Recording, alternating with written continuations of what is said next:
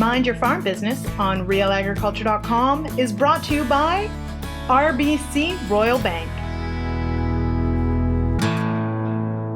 Welcome to the Mind Your Farm Business podcast brought to you by RBC Royal Bank. I'm Shaun Haney, founder of RealAgriculture.com and the host of Real Ag Radio on Rural Radio 147. You can find more episodes of this podcast by going to mindyourfarmbusiness.com or finding it on iTunes. Women have always played a major role in the success of the farm. Actually, if you think about it, women have always had a major impact in the agricultural industry. They're the achievements of people like Mary Dell Chilton, who discovered the BT corn trait for corn. Or how about Dr. Ellen McLean from Nova Scotia, who was active with the Associated Country Women of the World and the formation of the National Farm Women's Conference? Or what about people like Joanne Booth from Manitoba, who led SIGI and the Canola Council of Canada? Women have played a huge part in the growth of our industry. Today's topic is women in agriculture, and we're going to chat with a panel of female agriculturalists who come from different backgrounds, experiences, and perspectives, but all three of them have one thing in common. They love agriculture. Let's meet our panelists.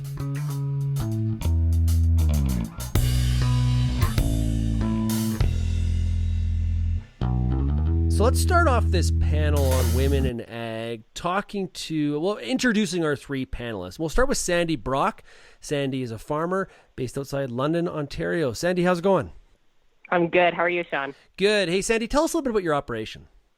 Sure. My husband Mark and I are running it's a third generation farm here up. We're in the Hensel area, actually. So lots of edibles and soybeans and corn grown up this way. We do that. The primary operation is a grain operation that we are trying to keep a grain operation this year, trying to keep it above water. And on a side little venture, I also run a sheep farm. So sheep and grain is our primary farm. Well, and you do a fantastic job with your YouTube videos and on Facebook, communicating, the issues, and the good and the bad of sheep farming. Yeah. For sure. That's the part that's so cool, so transparent about it. It's not like, hey, every day is not a great day. On any farm, every day is not a great day, but here's just what's going on. Right. Yeah. And that's really what it's supposed to be. It's not there to convince people to think a certain way or do a certain thing. And I'm definitely don't put myself out there as an expert if it's a peer. It's really just, for me, it's almost just journaling my day, and I just share it with the general public. And it's going over really quite well, just because people know that I'm not trying to be something I'm not, and I'm not pretending I know what I'm doing, and I'm just bringing people along for the journey. And I think even people I watch, I like seeing how they do it. I like seeing how they stumble and seeing how they, they become resilient and share the successes with them and not just the failures. So that's what kind of the vision of the channel, I guess. Yeah. Well, one thing's for sure, we know no matter where you're farming in Canada in 2019, it requires resilience. That is the word of the year. Absolutely. Okay, let's work a little bit further west, and our other panelist is Fiona Jochum, farms with her family outside of, now, St. Xavier, right, Fiona?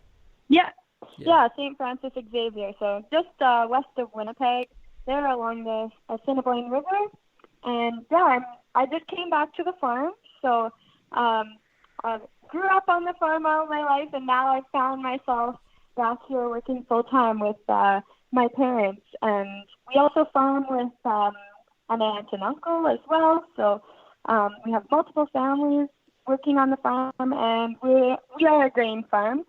In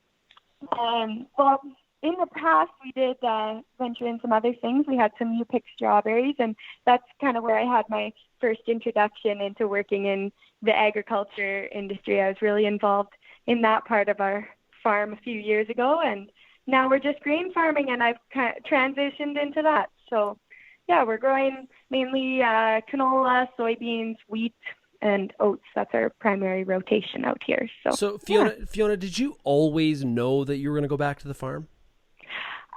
No.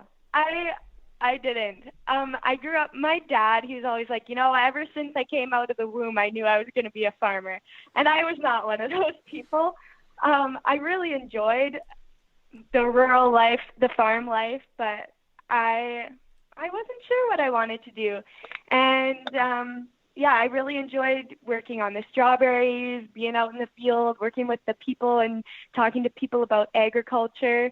And when I graduated from high school, I was kind of humming and hawing and not sure what to do. And then I learned about a 2-year diploma program at the U of M. So I decided to take that. I figured, it's short, so I can do it. And then at least I'll be employable and then go from there. And I really enjoyed it and I couldn't get enough of it. So then I stayed on and got my degree in agribusiness and worked in the industry for a while, did some traveling and worked on farms overseas. And now I'm back at home on our farm. So, I'm loving it. So. Yeah, that's good. I've heard your dad tell that same story about out of the womb, I knew I was being a farmer. And quite frankly, I believe him.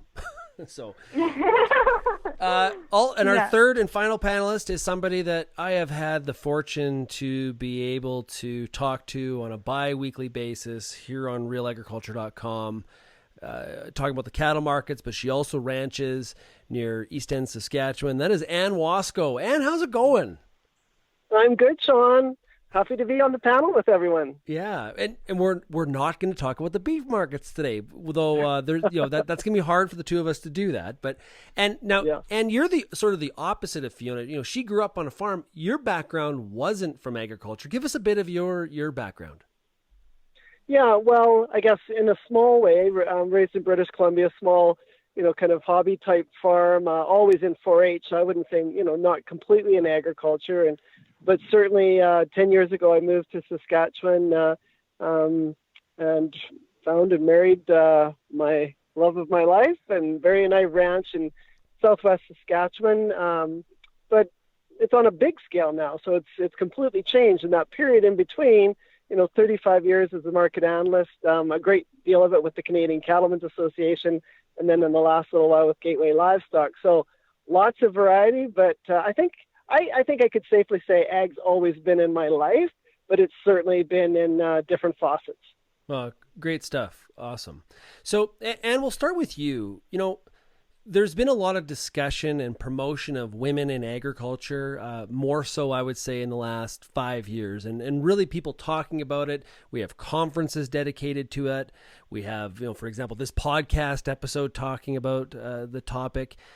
Women have always played a significant role on the ranch or on the farm, but why do you think now it's coming more to a public light for people to promote it and talk about it? Why do you think that change happened? Well, I think it's a good question, and I don't think there's a solid, or in my opinion, there's probably not a solid answer, but I look at, as I've watched the change, and of course have gone through, a lot of that time frame, and I look at internet, social media, and just the younger generation, of course, as we refer to the millennials, they operate differently, and we see it in the food business. They speak up, they want to know more, and then of course just taking up the whole next level to the female side. So it's wanting to know more, wanting to be involved, asking those questions, and like you said at the beginning, we've always had women involved in agriculture, but now it's at the forefront. So I think it has a lot to do with that communication, the ability to communicate how we do today on the internet and social media. Now, Sandy, one of the things is that I think too is that no longer are women, and rightly so, no longer are they being pigeonholed, right? So my grandma Mahalko, she was heavily involved in the farm, except she never touched a tractor, right? She had a role that was very, very traditional. And that part has really changed, because I know with all three of you, you're riding horses, driving tractor, you're doing all the things that your male counterparts are. And that pigeonholing has changed, Sandy. For sure. And I mean, I'm a product and looking back, I'm glad I am, but I'm a product of the 80s. And that means my mom and dad only had 3 girls. So if that whole notion of only the boys can do it, dad was like, sorry about your luck, but we don't have enough money for hired help. So guess what? you guys are going to get us through this terrible decade. And we just were never, it was just never a thought that we couldn't do it. Was it frustrating? Yes.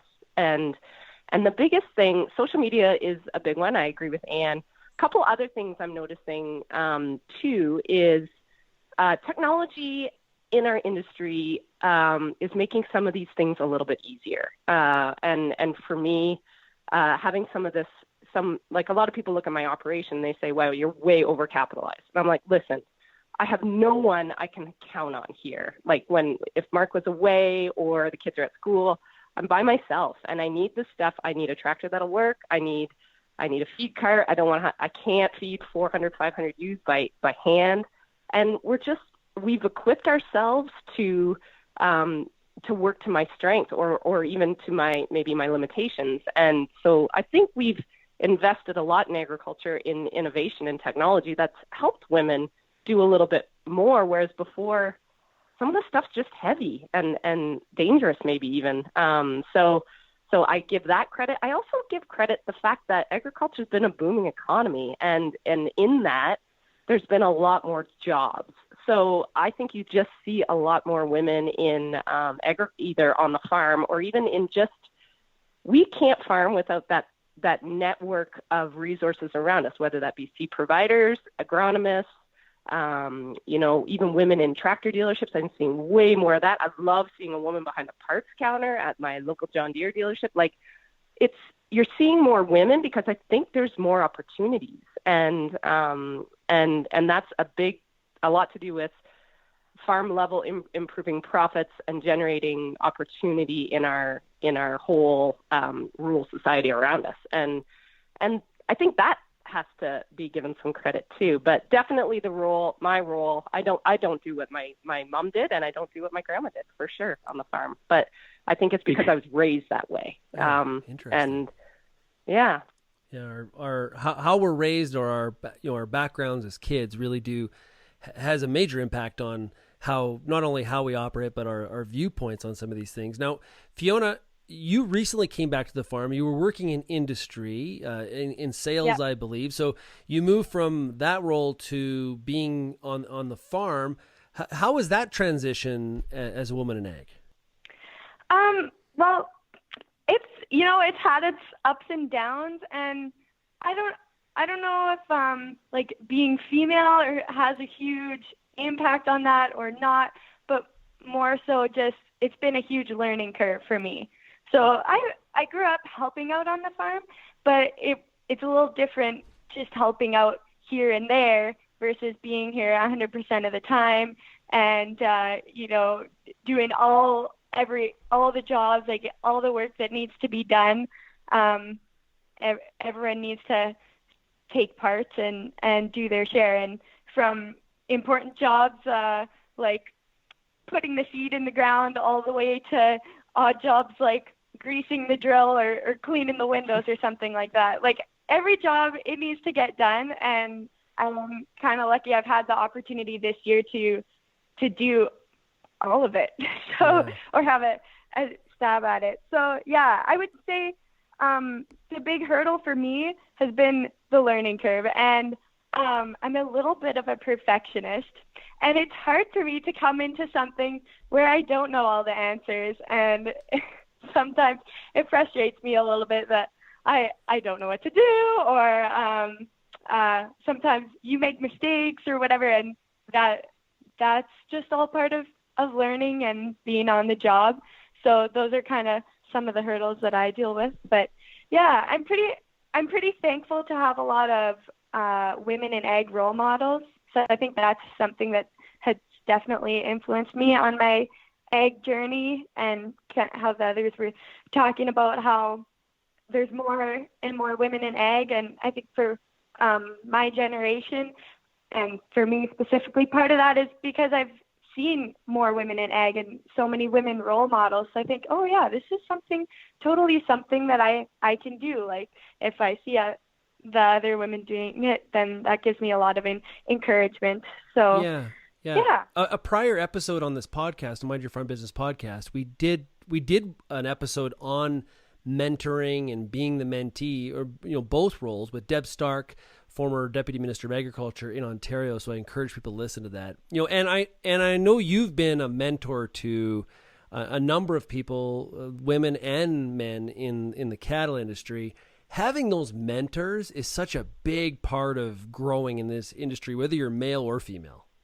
Well, and I was going to echo just what Fiona said. I mean, sitting where I am, and whether you're talking about role models or whether you're talking about an official mentorship type program or a lot of unofficial type mentorship type programs, I've been involved at both levels.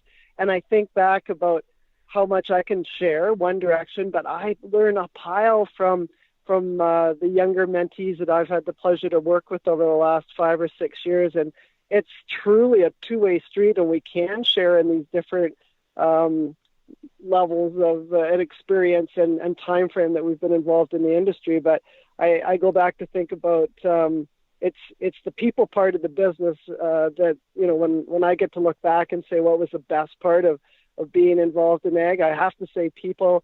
And there's no question, a lot of them have certainly been the woman friends and mentors and mentees that I've met along the way. So it's been a big part of life in the last little while. We're going to get right back to our discussion about women in agriculture, but first, a word from our sponsor. This episode of the Mind Your Farm Business Podcast is brought to you by RBC. Today's producers are thinking hard about where they want to go and what moves to make to get them there. A business plan is your roadmap to success. Without one, it's easy to get lost along the way. You can count on the services and expertise RBC offers to help you meet your business goals and chart a course to success. Visit rbc.com/chartyourcourse to find an agriculture account manager near you. Sandy, your husband Mark, heavily involved politically. He was chairman of the GFO for a period of time. I know you've been politically active with Ontario Sheep. I would like to get your opinion on this idea of whether or not we have enough women on some of the boards in our organizations. I guess, first of all, one of the things that I struggle with, and I get very differing opinions from a lot of women in this industry, is the idea of something like a quota, where we need 3 women on our board. And that becomes the focus. What is is that a good thing or a negative in your mind? Well, to be honest, if I knew I was one of the 3 women that they needed a quota for, I wouldn't put my name up, because I want to earn my spot there. And I want someone to notice that I want someone to notice my voice and notice what I could bring to the table and want me there. I don't want to be there because of my gender. And I do realize I've been back and forth on this conversation so much, but I think in my gut, my underlying gut, I think we choose not to be there. I really do. And sometimes I just think we got a lot on our plate. And I don't even think this is a woman only thing anymore. I find it even at just our committee level, there's just the lack of engagement and people wanting to step up. And I think it's time. I just think we're busy. We're trying to put our families, give more priority to family, I think. And we're trying to do a lot. We're running multi-million-dollar farms and businesses. And I think stepping up is just a huge commitment, whether you're a male or a female, I'm finding. And I'm finding sometimes the people that are standing up to the ones that just maybe have some of them have some more free time. And that's not necessarily the people you want there either. Quite often the ones you want there are the ones that have such a big, they've got so much to lose to be there, and yet they're the voices you want to hear. So I'm really on the fence on this whole, I don't think it's because, yes, I think there's not enough women on boards. But I feel like it's our choice to be there. And I really think there's enough strong women that I know in this industry that if they want to be on a board, no one's going to stop them. So, and honestly, it's not for me on a board. Diversity is not gender. I want diversity of thought. I want people from all different. I love our sheep board because yes, we have women, but it doesn't even matter. I look around that table and there's so many different sheep farmers there. And I think that is huge when you're trying to be a board to represent your members. It's nice to have a real cross-section of how they farm their sheep. And instead of a whole bunch of like minds doing all the same things, raising all the same sheep, I just find I think diversity of thought gets you farther than this whole gender stereotyping and needing a woman to be there. I think you just need someone there that's got a lot to add. And and I don't know. That's where I don't think my opinion's popular, but it's one that I feel in my gut, honestly. Well, and like I said, I get a wide spectrum of answers when I ask those kinds of questions. We even saw it after the last federal election, where we do have now a gender equal 50-50 cabinet, right? Mm-hmm. And so that's where a lot of that same sort of discussion kind of happened, right? It's the same thing. So Fiona, you're a young person in the industry. You just came back to the farm. I know your dad is very politically active. Is that something that you would ever step out as a woman and say, you know what, hey, I want to run for an election on one of these crop commissions or a livestock board? I definitely think it's important to be involved. Like politics or policy plays such a huge role in our businesses and how we are able to operate. So yeah, I definitely think it's very important to be involved, because if you're not out there speaking up, then who is? So absolutely very important, and something that I'm interested in.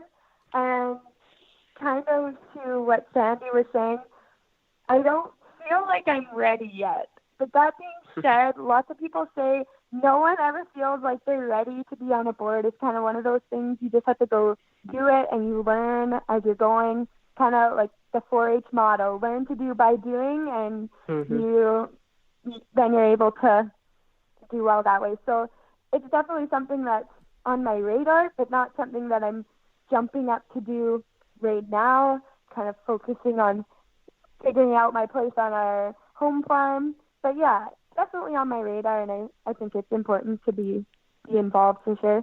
And I feel support that way too. Like, people have approached me and said, are you thinking about being involved in these sorts of things? So I don't feel like there's any kind of pushback for women or young people to be on board. So I see a lot of support that way, which is good. Now, Anne, I've seen you speak lots, and you do a great job in front of crowds, and crowds, you're able to connect to them, and you always have a great sense of humor. You've spoken to a lot of crowds about the beef markets across this entire continent, and probably a lot of times, especially in the early days, it was entirely men. How did you, was that ever intimidating, or you just seem like somebody that just sort of busted through that and never really cared? Well, I guess back at the time, though, in fairness, Shaun, you didn't really know any different. When you went to a cattle producer meeting, it was male cattle producers. But I'll tell you what, things have changed. And, last night I was speaking at a producer meeting in Regina, and lots of couples, or certainly a younger generation as well. And if I went around the room, it was probably awfully close to 50-50, because it was the couples had come to hear the event. And I've noticed that change as we've gone forward, both in age. I see the general membership around, or the people that are coming to these meetings, younger. And then also, certainly, I'm not the only female in the room, as it was, like you say, 10, 20, certainly 30 years ago. So I didn't really think about it much then. Now I can look back and say, wow, things have changed, and certainly, in my opinion, for the better. Yeah, I always love your opening joke, and it's always a joke that only Anne could get away with telling. Well, sometimes now today it might be considered a tad sexist, but anyways, I do get away with them. Yeah. Absolutely. So, and for you, what is the best thing about being a female in this industry? Well, I thought about this, and I wondered, certainly, as I said a minute ago, the people piece. Maybe it's because I am a woman, I can go from both sides kind of feel free to speak my mind and whatever that might be. Having said that, and I think Fiona kind of mentioned, I'm not pigeonholed into this is what I'm going to do. And I can do anything I want. I can ride a horse today. I can go and speak in front of a group tomorrow. And so I've got this freedom, and I don't know if that's being a female, but I've got this freedom in this business to do whatever I want. And I sure hope that's the kind what I can show to the generations following behind it. We can do whatever we want in this business, and I hope part of that's because I'm a woman. And there's so many opportunities in the industry, right? So if you're interested in plants, there's roles there as in agronomy or animal health science, or maybe it's somebody that wants to be in a lab coat behind a microscope, or somebody in sales. There is opportunities abound and jobs open right now that can't be filled. There's a huge demand for people in our industry, whether you're male or female. Fiona, for you, what do you think is the best part about being a woman in this industry in your early days in your career? Mm-hmm. I was thinking about this, and I don't know if it has so much to do with being female or it's just being a young person, but I've just felt so much support from my friends, family, and community. It seems like anytime I go out, someone is coming up and asking how things are going, how seeding went, what's happening, and saying how they're so proud to see me on the farm and so excited. And yeah, that just makes me feel really good. And anytime I kind of am worried or, the markets go down or something happens, I just think of all the support and encouraging words I've heard from the people around me. And that picks me back up again. And so, yeah, I really appreciate that. So basically, I guess that sums it up to the people in the industry. They're just so great. It's a wonderful community to be in. Sandy, how about you? Oh, I agree. Yeah, these girls are awesome. So again, yeah, definitely the network and the people in the community. And beyond that, we get to, I don't have a commute in the morning. I say this every morning. I can wear my pajamas under my coveralls every day, and I can walk to a barn and I can be having it's been I'm not going to lie. It's been a terrible spring. It's been hard to keep positive. And, I'm just starting to lamb here the last couple of days, and it hasn't been going great. And then when they start coming out really good and really healthy and really happy, it can turn like your worst day on its head, and it fills you with joy. And I think that's this whole nurturing and just finding your calling. And it's taken me a few different ag industries, but I with the sheep, for whatever reason, I feel like I feel at peace with who I am, and to be surrounded by just nature and rain and sun, and the fact that perfect strangers will comment and write me and say, I would love to have your life. And that is, to me, a huge reminder of how lucky we are, and that we do a lot of complaining, but I bet you majority of the population would trade places with us any day. And I'm very grateful for what I get to do. So Sandy, where do you think the future goes with this topic? I think what I've heard from all three of you is that we've sort of normalized the participation of women in the industry. So is there something that's next, or some sort of other barrier that has to drop, or is it just a continuation of what we've been seeing? I would love to just keep seeing money spent in technology and innovation to make it just that much safer and that much easier. We just aren't built the same way as a man. My only limitation on the farm is the frustration of not being able to put a PTO on, and just little things that, yes, practice probably will make perfect, but sometimes things are just heavy. And there will be nothing stopping women if we were if I worked out every day and was huge. But we cannot help our physical limitations of how we are built, how we are made. But we most definitely, we can make products and innovations and equipment that, even friggin' work boots that fit us. We can do some things that will help stimulate women or help motivate women to be in our industry. And and feel confident in their job and in their work. As for the whole conversation, my dream is in 5 or 10 years, there won't be conferences. There might be conferences just to get together and socialize, but I would really like to see no gender issues back and forth. Like, I look at my kids, they don't even give it a second thought as to where I will be in a day. Like they don't. I look at them and I see the hope of tomorrow. It's not going to be an issue. Yeah, absolutely. Great point. I really appreciate all three of you doing this. This has been a lot of fun. It's been a great discussion. And honestly, I can say, Sandy, I second your words there, that hopefully in the future, at some point, there won't even be a need to have topics like this. But I extremely appreciate all three of you participating in the discussion on the topic. Everybody, thank you very much. Shaun, you did not a bad job for being a guy, too. See, I told you, she likes to get the shots in there. I had to get the last word in, that's right. Awesome. Thank you very much. I really appreciate it, everybody. Thank you. Some great perspectives from our panel today. I want to thank Sandy, Fiona, and Anne for their insight and honest opinions on some of the big issues of the day. I hope that you enjoyed today's discussion. If you have any feedback at all, please email me at shaney@realagriculture.com. You can also find more episodes of the Mind Your Farm Business podcast by going to mindyourfarmbusiness.com or downloading the podcast on iTunes.